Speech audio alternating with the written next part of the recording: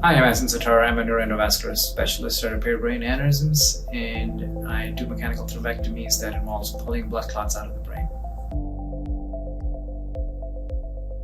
An aneurysm is a weak spot in a blood vessel that is typically caused by just aging or genetics. Typically happens at a branching point in the brain.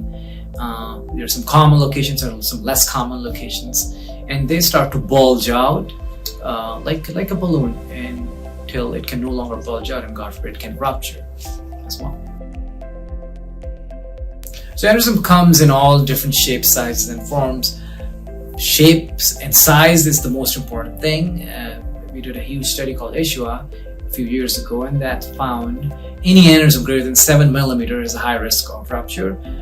I also look at the shape of the aneurysm, considering a smooth shape of the aneurysm as a low-risk aneurysm. For example, if something measures around 3 to 4 millimeter, versus if an aneurysm is 4 or 5 millimeter and has two ears, like a Mickey Mouse ears, that's considered high-risk aneurysms because that has two weak spots on top of the weak spot itself and is bulging out till it can no longer bulge out.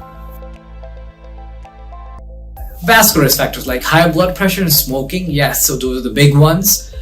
Family history is huge. For example, if anybody in the family had a ruptured brain aneurysm, people should get screened. I usually look at if two of the more family members have had brain aneurysms or ruptured brain aneurysm, I screen everybody with MRAs. So those are the people with family history, smokers, high blood pressure. I'll see a lot of patients who have a combination. Rarely, somebody who has a connective tissue disorder in which the blood vessels are genetically weak, they can have outpouching and form brain aneurysms as well.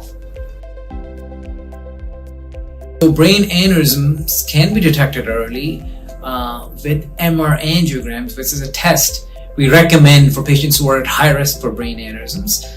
MRA is essentially a magnetic resonance angiography.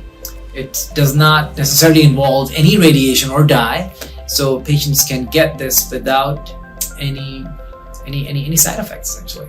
And if you can just put in a magnet for a few minutes, and you pull out, and we get beautiful pictures of blood vessels, and it's a great screening tool for brain aneurysms.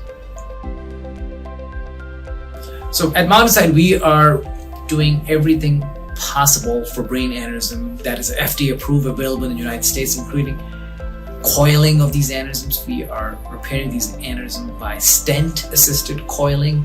We're also doing flow diversion techniques. We're also doing a web embolization device. So essentially anything that's FDA approved to repair aneurysms minimal invasive way, meaning going from the arm, primarily from the arm, sometimes from the leg, and fix those aneurysms, we are offering at Mount Sinai.